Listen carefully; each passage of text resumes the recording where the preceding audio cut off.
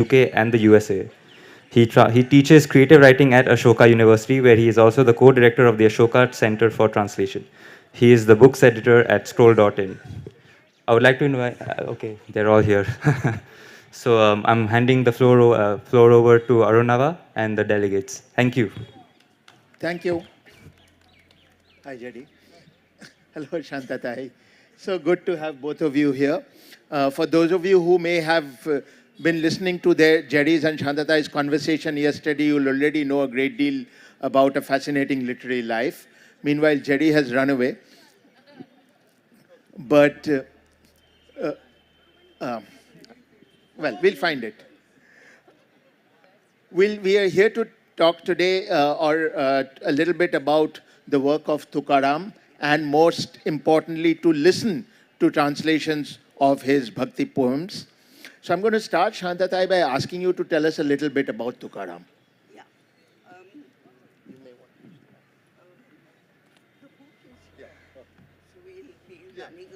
I'll come across. We can share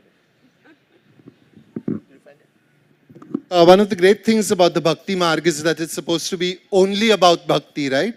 So this book, which we hoped would have some sales here, is not available for sale for some bizarre reason. So this session is really only about Bhakti. It's only about all of us getting a little closer to Tukaram. And Shanta, would you start by talking? Yeah. Tukaram was the final person in the entire edifice of what was called the Varkari movement. It was part of the pan-India Bhakti movement and started by Jnaneshwar and ended with Tukaram. There were two other saints in between, Namadev and Eknath. Together, these four people were the progenitors of the Varkari Sampradaya. It's a lovely community of people in Maharashtra who were basically rebels against the Brahminical system in Hinduism. They claimed God for themselves with no mediation at all. A God who was Vithala, avatar of Vishnu. But friend, mother, father, older brother, and younger brother. All of these together were made up the concept of Vithala. So you would pray to him, you would quarrel with him, you would ask to be hugged by him, you would ask to be fed by him. He was all these things to you. And the Varkari sect had very simple tenets to follow. No alcohol, no meat. Everybody was equal. That was the main basis of the Varkari movement. Because, of course, they were escaping from the Brahminical structure of society. So here, everyone was not only equal as human beings, but in a sense also equal to God. Each one was God. So if you have a bhajan session with Varkaris, then at the end of it, the guru bows to the devotees, and the devotees bow to each other, fold their hands, because they are acknowledging the God in each person. So it is that kind of a community of people, and you can recognize them by the Tulsi Mala which they wear. In Maharashtra, for instance, if a person says, oh, no, not for me, please, I am wearing tulsi mala, then the entire history of the Varkari stands there as the context to this single statement. So the tulsi mala is one mark of the Varkari, and the sandalwood marks, vertical marks on the forehead. Tukaram's abhangs do therefore reflect many of these values. One of the reasons why I think both Jerry and I felt an urge to translate Tukaram. He lived in a place called Dehu, which is near Pune, and composed many of his hymns on a hill called Bhandara. And Bhandara Hill faced my father's retirement home. And that home was called Abhang. So there was, for me also, a very personal connection with Tukaram, apart from the fact that he was a rebel and he was a poet more than anything else. Thank you. Jerry, do you want to tell us a little bit about how you found Tukaram? Okay, I went to school like in my time. School was a series of silos. You learned things, but you had no idea why you were learning them. So I can tell you till today that I can tell you that calcium has a valency of 2 and sulfate has a valency of -2. But I really didn't know whether this applied to the outside world. We studied poetry because someone told us to study poetry. Then we held it onto a chair, we tied it down, we whipped poetry, and we said, tell me what you mean, tell me what you... And we rendered the poetry into prose. We forced poetry into prose. We learnt it because we had to learn it, and none of this mattered. And during the course of these 10 terrible years in school, I learnt a Tukaram Abhang as well. Now, cut to about 10 years later, and I suddenly have decided that I want to be a poet. And I've heard that Auden says, or Spender, or one of those old dead white men, said that you should know thousands of lines of poetry by heart. So I set myself this task that I would start walking from Nariman Point, from the edge of the city, right up to Malabar Hill, and all that road I would recite the poetry that was in my head. So at the beginning, it was great fun. I mean, I was doing lovely things like Ode to the Grecian Urn and stuff. But halfway through, I began to collapse into Twinkle, Twinkle, Little Star. And then I thought, I do remember some Hindi and Marathi. And suddenly, the whole of Zeka Ranzale Ganzale surfaced in my head.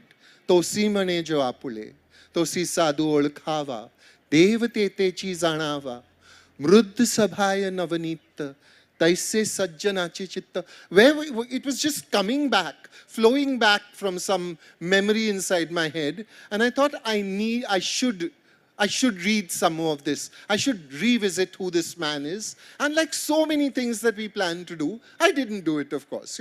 Just one of the things that I planned to do. And then one day I think, Says Tuka had come out by Dilip Chitre, and I asked Shanta, I said, what do you think? She said, yeah, that's a good one. And I said, you think you could do better? She said, with one hand tied behind my back. Okay?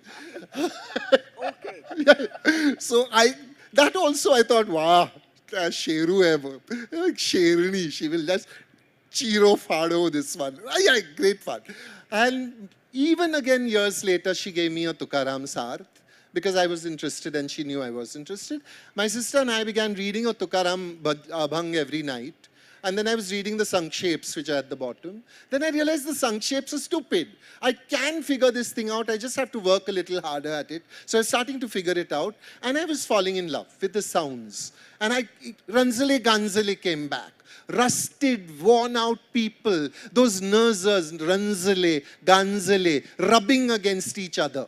It felt like something, like the music was now moving me. Now it was inside me. Now this was the connect with poetry that I didn't have in school. And then we decided one day that, we said, I said, shall we do this?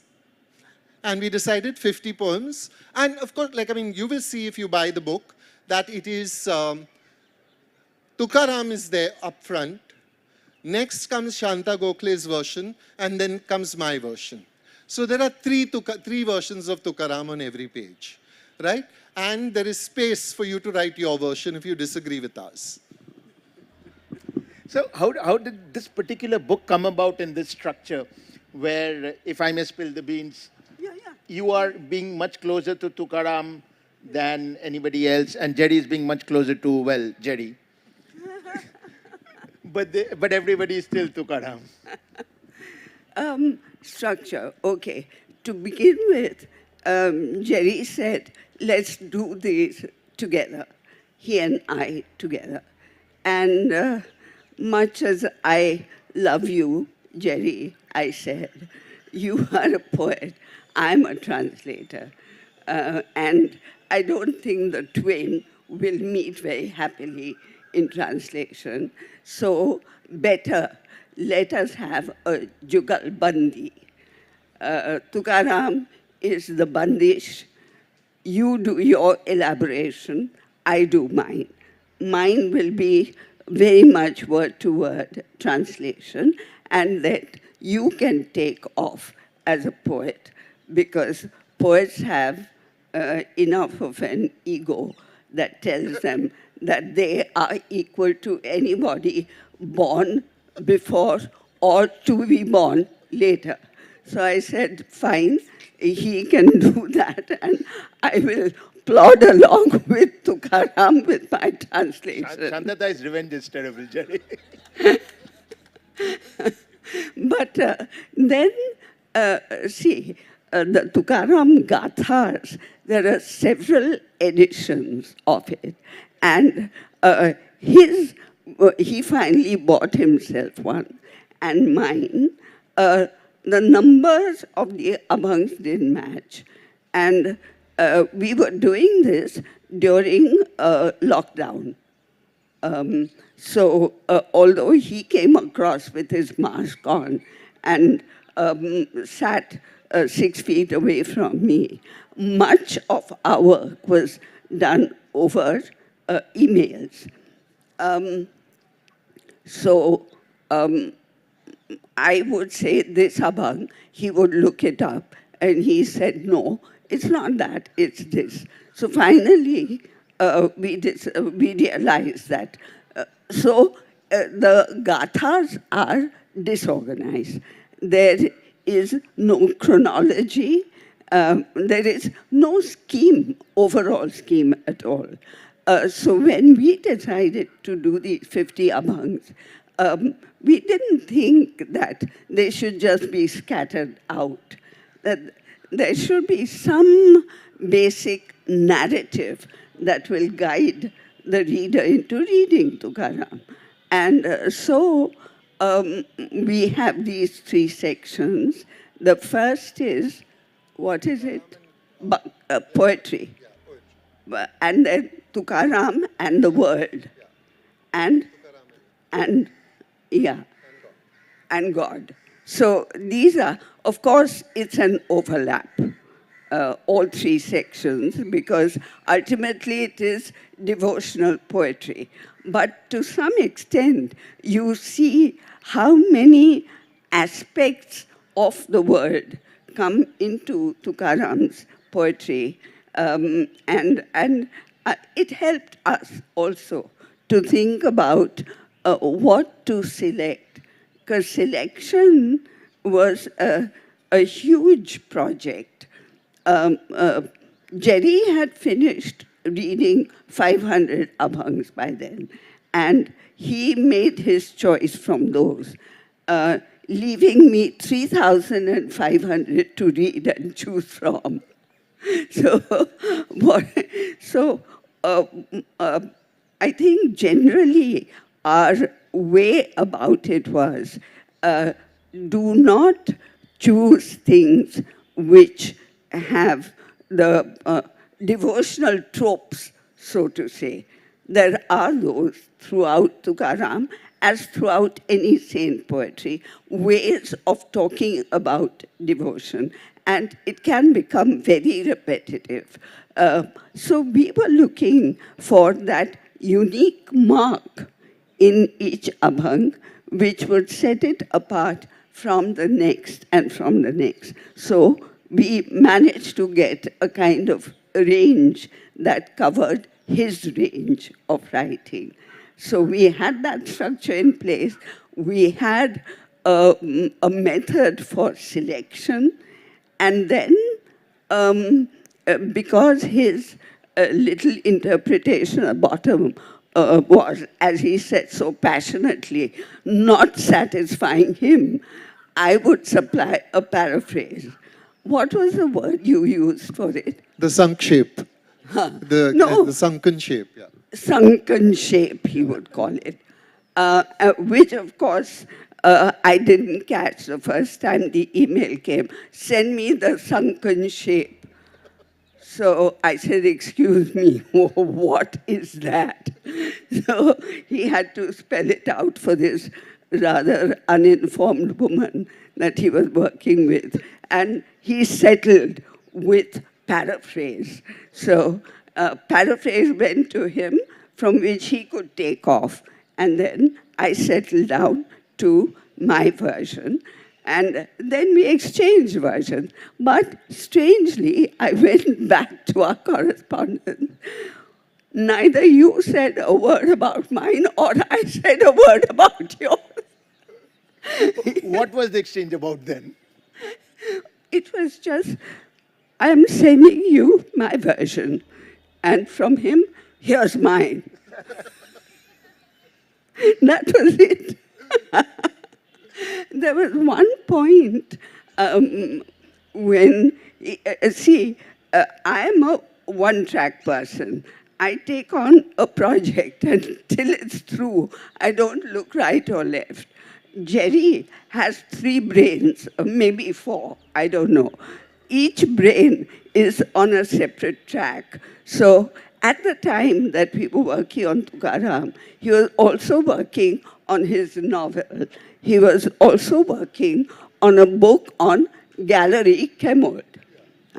So all these things kept interrupting, and I was going plot, plot, plot. And there were times when I wasn't getting his versions, and I would shake him up a little, and there would be very pained emails about those other things he was doing. And I remember, in the spirit of Tukaram, I sent him a little abhang about how you owe something to yourself, carry on, things will come back on track. So, but it was, I think, a time that certainly I, in those pandemic months, thoroughly enjoyed.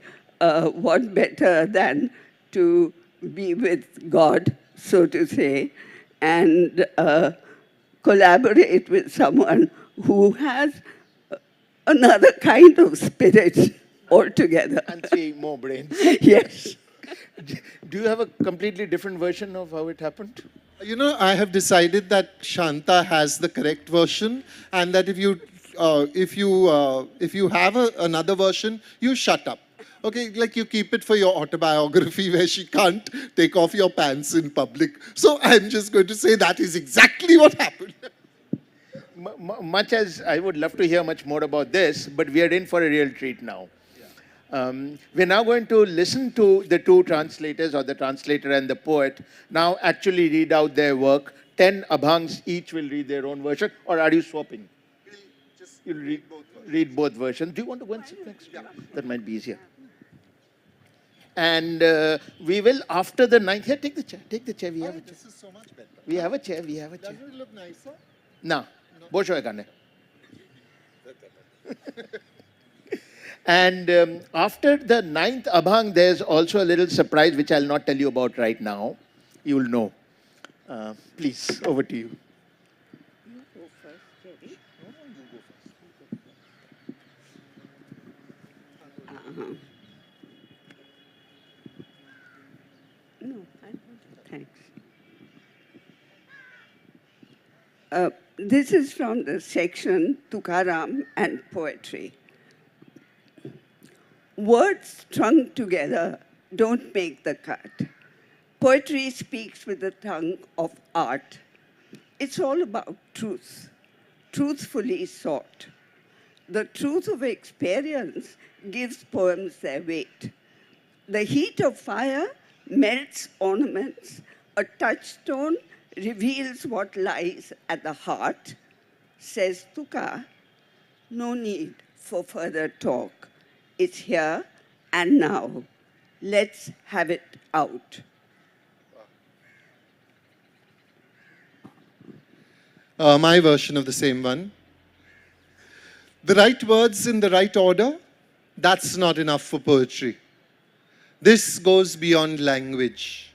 This is a search for truth. Only experience, real experience, gives flavor, brings substance. Fire will claim the fake. Real gold will shine through. Tuka says, you are what you need. Use no less, say no more.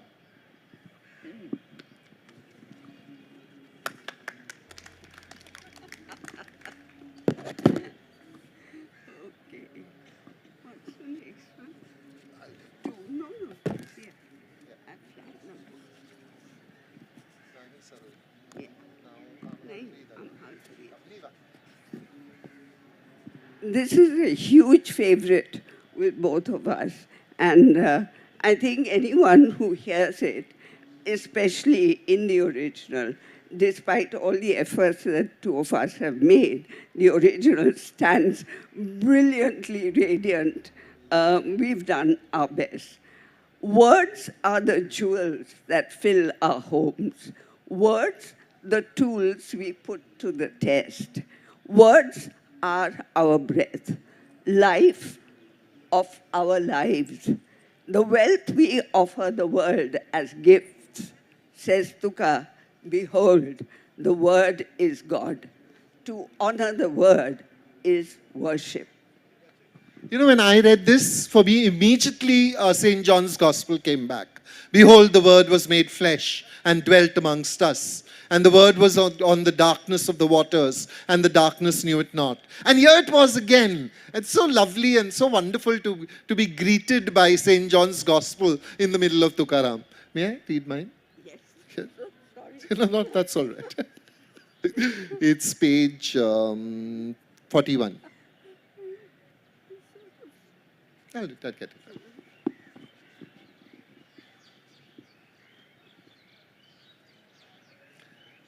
Words are wealth. Words are tools.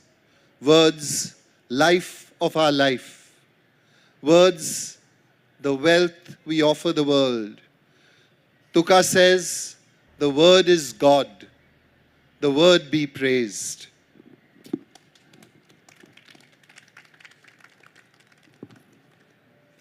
You sound like rain falling on a shamiana when you clap. That's better. Thank you.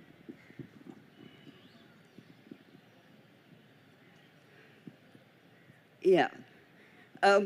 Tukaram can be very, very scornful of people who do not believe in Bhakti. Here's one of his abangs about such people. You are lucky. You have it all.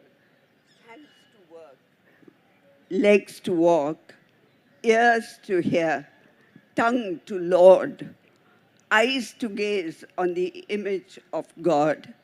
Yet, you go and beggar yourself, turn willfully blind, lame, and deaf. How can such a man be saved who, having set his house ablaze, still sits within, will not escape? Says Tuka, awake, your good is at stake. Thank you. Rejoice in your wholeness, rejoice. Your limbs work, you can raise your voice. In praise of God you can hear, you can see. The image of God, but many there be, who have chosen to live as if they were blind, or deaf, or dumb, or lame in the mind. If a man sets fire to his own home and won't run away, who can save him? Tuka says, at least now, arise, awake, do this for your own sake.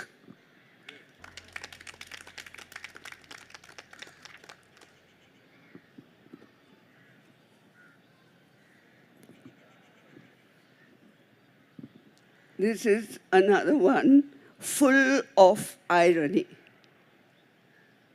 I've bought this roomy shop, stocked it well. Here's everything you want. I'm all set to sell. There's something for every pocket. Low, medium, best. Tuka is in his shop. Take what your money can fetch. Please note, this is one abhang which does not have the couplet at the end, says Tuka so-and-so, because Tuka wishes to distance himself from such selling of religion. New stock in, all new, in a fine shop for you to view. What do you want? What's your demand? It's all here, it's all to hand. I have lots of the very best. Okay stuff too. Yes, even the rest. Tuka is in the shop. What you get will depend solely on the money that you spend.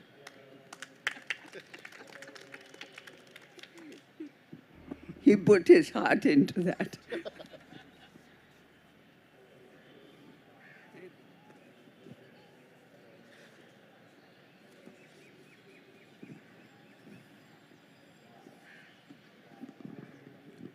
I'd like to give a little background to this because many of his abhangs to do with life in the world took off from events in his own life. There was this huge famine in and around Dehu, where he lived. And he was a wani, or grocer, and that was a family trade. And during the famine, Tuka being Tuka, felt terrible that people were dying around him all over the place, people, cattle, everything. And they themselves, the family, had a whole storeroom full of grain. And he began distributing grain, and till there was not a single seed left in the house, and they went bankrupt.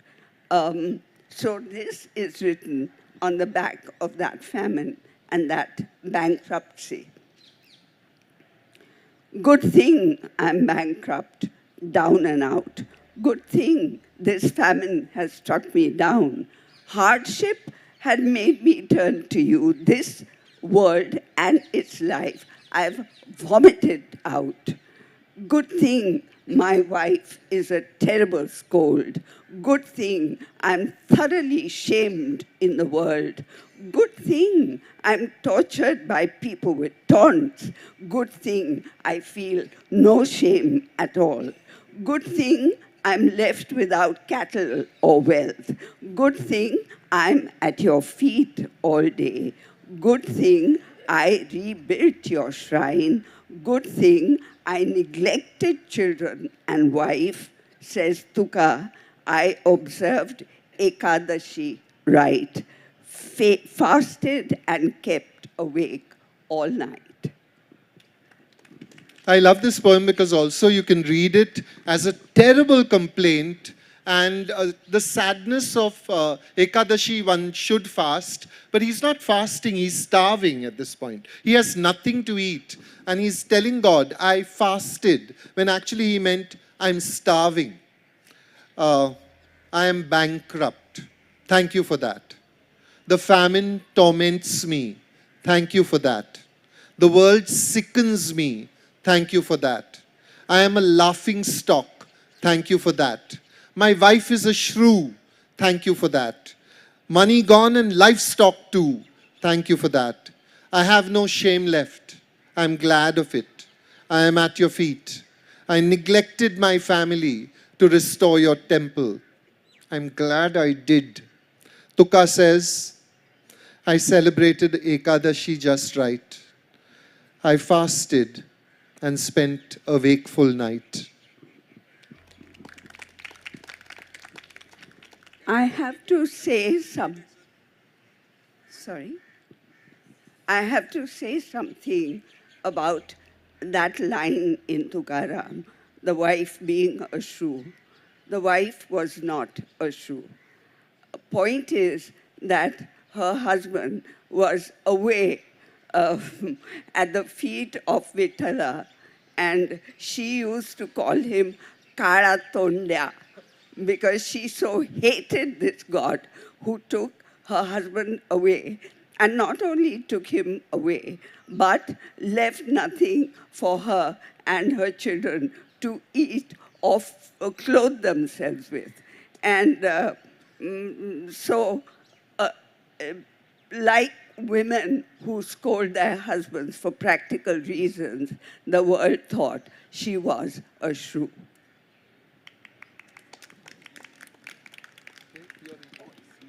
So I have to read this.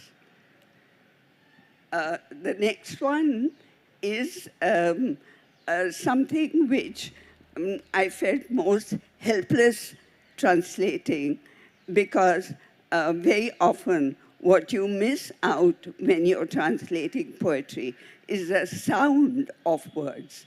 So if I say this first line, you will understand what I mean. I'm reading from the original. Tu माझी माऊली, tu माझी सावली, पाहतो वाटुली पांडुरंगे. And now the translation. You are my mother, you are my shelter. How does that sound? Tu माझी माऊली, tu माझी सावली. The words themselves have the kind of softness in them which we can't reproduce. I couldn't reproduce. I forget what he's done. You are my mother, you my shelter. Pandurang, I wait in longing for you. Brother of mine, older and younger, you are the beloved kin of my soul.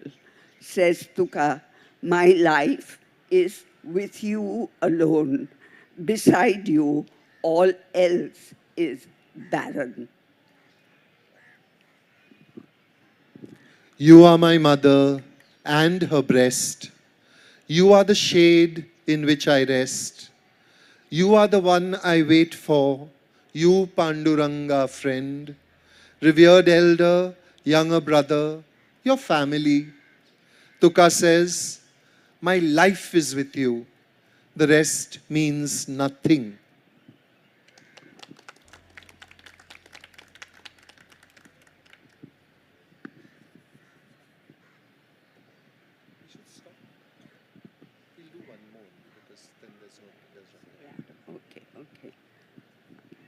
This is the rigor of bhakti, which if you can't follow, you cannot be a bhakt.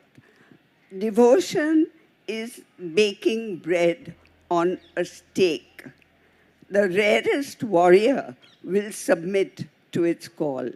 Wherever you look, false mountains soar and hasty walls without a base. A dish is tasty, earns you praise if you have slaved, else it fails. Says Tuka, the mind needs a goad to pierce it awake every day.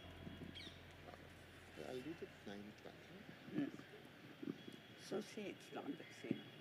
this is not the same, but we are running out of time, and we have 2 more things I want to do. So I'll just do this one.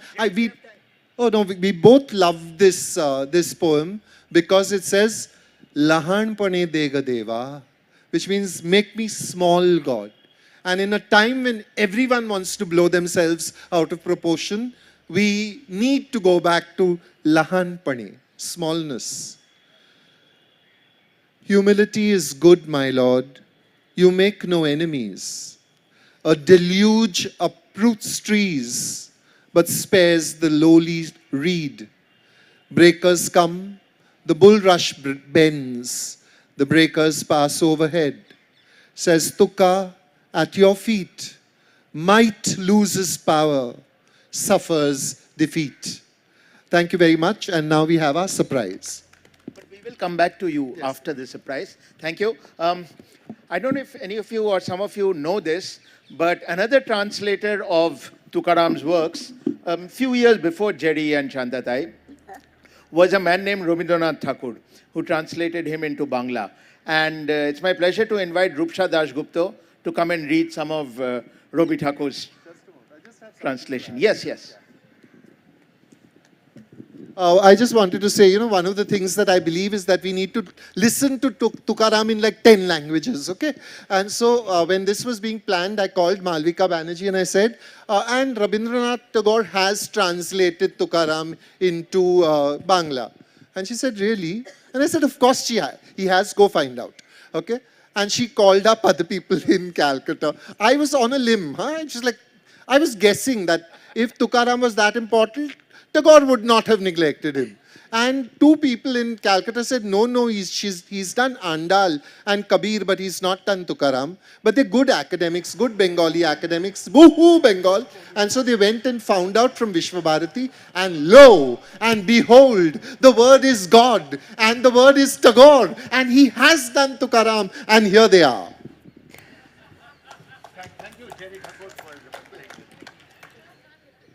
শুনো দেব এ মনের বাসনা নিচয়, জীবন সপিতে আমি নাহি করি ভয়, সকলই করেছি ত্যাগ তোমারই চাই, সংশয় আশঙ্কা ভয় আর কিছু নাই। হে অনন্ত দেব, মোর আছিল সম্বন্ধ ডোর তব সাথে বহু পূর্বে যাহা, মিলি যত সাধুগণ আমাদের সে বাঁধন দৃঢ়তর করিলেন আহা। আর কিছু নাই, শুধু ভক্তি ও জীবন, যা আছে তোমারই পদে করেছি অর্পণ। সাধুগণ সঁপিয়াছে আমারে তোমারই কাছে, আমি কভু ছাড়িব না ও তব চরণ, তুমিই করো গো মোর লজ্জা নিবারণ। নামদেব পাণ্ডুরঙে লোয়ে সঙ্গে করে একদা দিলেন দেখা, স্বপ্নে তিনি মোরে। আদেশ করিলা মোরে কবিতা চরণে, মিছা দিন না জাপিয়া প্রলাপ বচনে। ছন্দ কহি দিলা মোরে আদেশিলে পিছু, বিঠলেরে লক্ষ্য করো লিখিবে যা কিছু। কহিলেন পিঠ মোর চাপড়িয়া হাতে, 100 কোটি শ্লোক হইবে পুরাতে। আরেকটি ট্রান্সলেশন। যদি মোরে স্থান দাও তব পদছায়, দিবানিশি সাধু সঙ্গে রহিব সেথায়। যাহা ভালোবাসিতাম ছেড়েছি সকল, তুমি মোরে ছাড়িও না শুনো গো বিঠল। চরণের এক পাশে দেহ যদি স্থান, শান্তি সুখে কাটাইব এ মম পরাণ।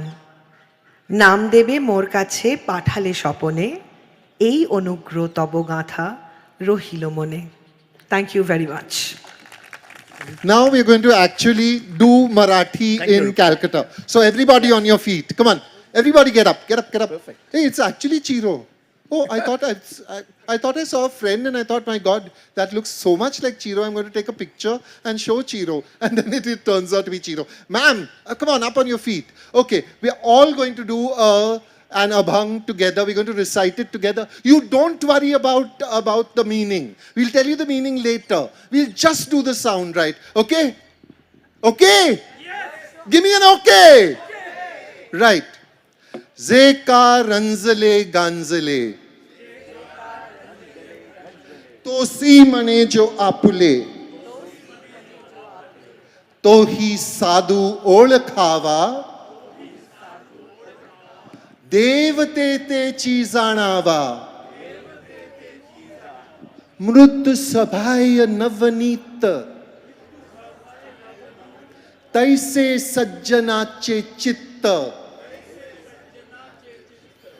ज्यासी अपंगिता नाही त्यासी धरी जो हृदयी त्यासी धरी जो हृदयी दया करणे जे पुत्रासी तेची दासा आणि दासी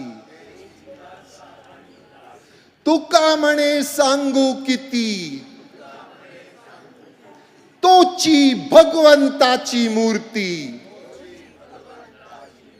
Thank you. Well done, guys. Also say thank you. Well done, guys. Thank you so very much. Thank you. Okay, no. Now Thank what we've you. got to do is just we'll And do the now quick we'll- translations. Yes. That's terribly horrible. No, Jay. Never mind.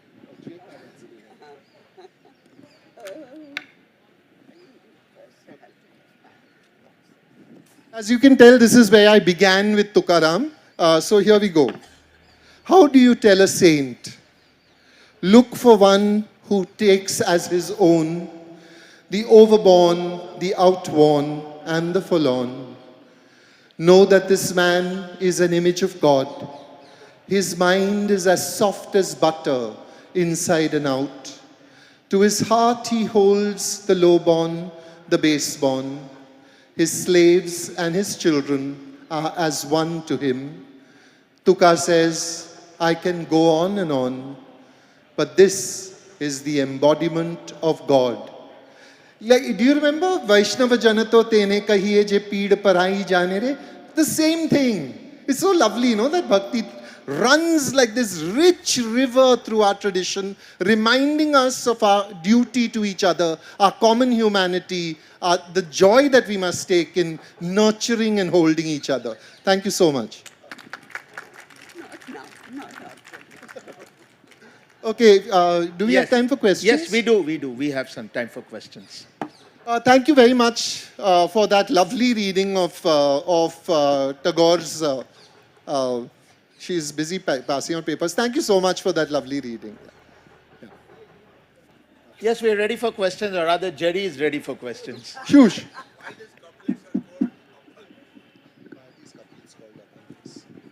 I think it is good. It's- Why these couplets are called abhang? Bhang, Yeah. something that is whole, something that cannot be fragmented or broken up, is whole. That's all. But it's not a satisfactory reply, as I can see. But that's what it is. Who called them? Who gave? He did. It is a traditional name for this kind of saint poetry. Poetry. Okay. Yeah, they all wrote Abhang. Thank you. Knew of Doha, Chaupai, Kavita, Savaiya, but never came across this word abhang for a poetry. Thank you very much. Anyone else? Other questions? I don't have any question, but if poetry ever needs any cheerleader, he is the person. Couldn't agree more. And not just poetry. Yes, if life needs a cheerleader, that's Jerry Pinto. Yes.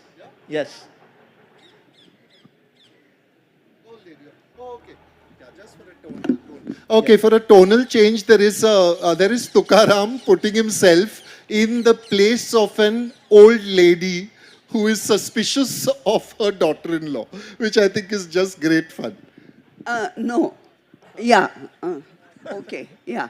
But it is actually talking about people who cannot leave the material possessions behind, which is the first requirement towards any kind of spiritual evolution. So the old woman going on pilgrimage, but returning to instruct her daughter-in-law becomes a symbol for such people who cannot leave the world behind for their spiritual growth. And this is not an abhanga. There were other forms of poetry that he wrote, and this is one of them. The third form was called Bharud, which was a performance piece written in verse.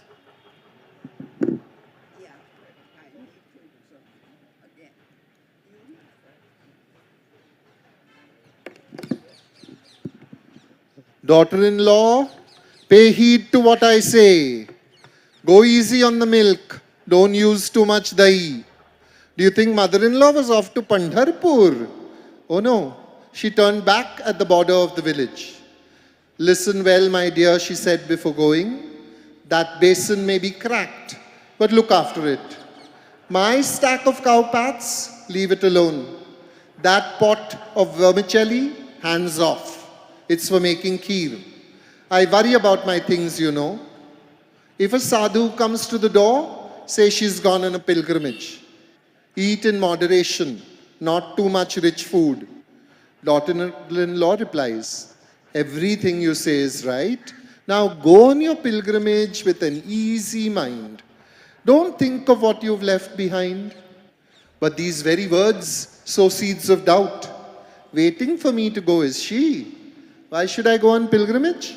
What will I see there? This is where my home is. This is where my children are. This is my Pandharpur. Tuka says, the jaws snap of Maya's trap. I refuse to follow that act.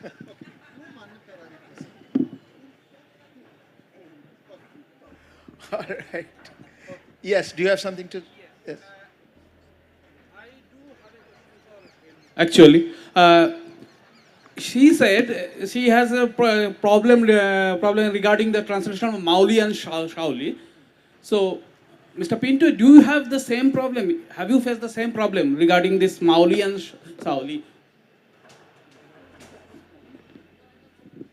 I think, Mauli and Sauli was one example of all the problems that we faced on the road to this, because often the English word will not carry the potency of the word in when it is addressed to God, right?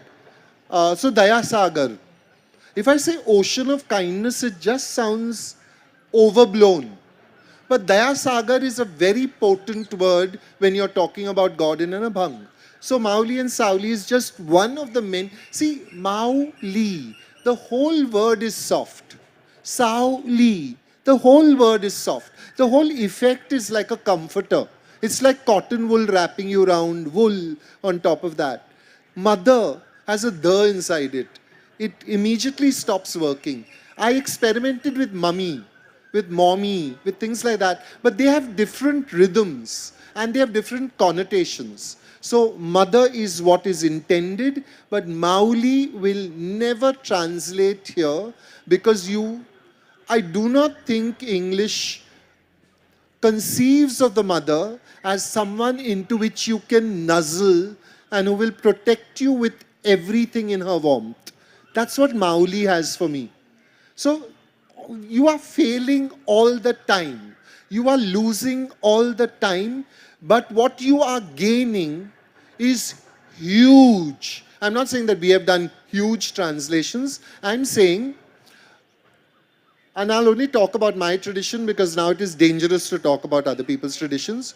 But the words of Jesus that I learned in English when he spoke them in Aramaic, but they were first written down in Greek and then translated into English. That's called a hopping translation or a bouncing translation, which is supposed to be bad because of the multiple losses, but there's still something in the Sermon on the Mount that I can take home with me. And there's still something in translation when I read a great translation of, say, of anything of a Basho poem or an Andal poem, I suddenly am in the strained, controlled, filtered light of bhakti. I am there. And from whatever light I get, I am grateful. And I know that the simple way of getting the full bathing of the light is to learn the original language, but that will take a lifetime of learning till I get to the point where Daya Sagar is not just for me a lovely word and a lovely image, but a complete repository of theological meaning. And that's not going to happen. Over there at the back, sorry. Yeah. Sorry. Okay, no, philosophy is one part of it. I was speaking at a much lower level of just sound, the nad of the word, Mauli, Sauli. And there are many other such. This was just one example. There is, for instance, the letter L in Marathi, which doesn't, no. I know. Read. Just that this line, okay? Chanchali Chanchala. Yeah. But I keep, yeah.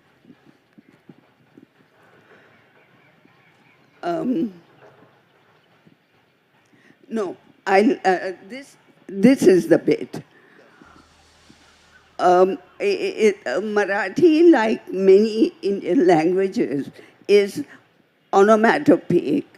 And to my mind, this letter, L, itself has the liquidity, the fluidity of water encapsulated in its very sound. And this, I've got my distant glasses on. So, yeah. So there are many such sounds in Tukaram, obviously, which English does not do justice to. We can go to the meaning, the total philosophical sense, but we do not get the sound into English of what the original is. And that really makes you feel helpless, but you really can't help. And that's the language one is working with. On that note, although we could have gone on, but thank you very much. Thank you, Shantatai. Thank you, Jerry. Thank you very much.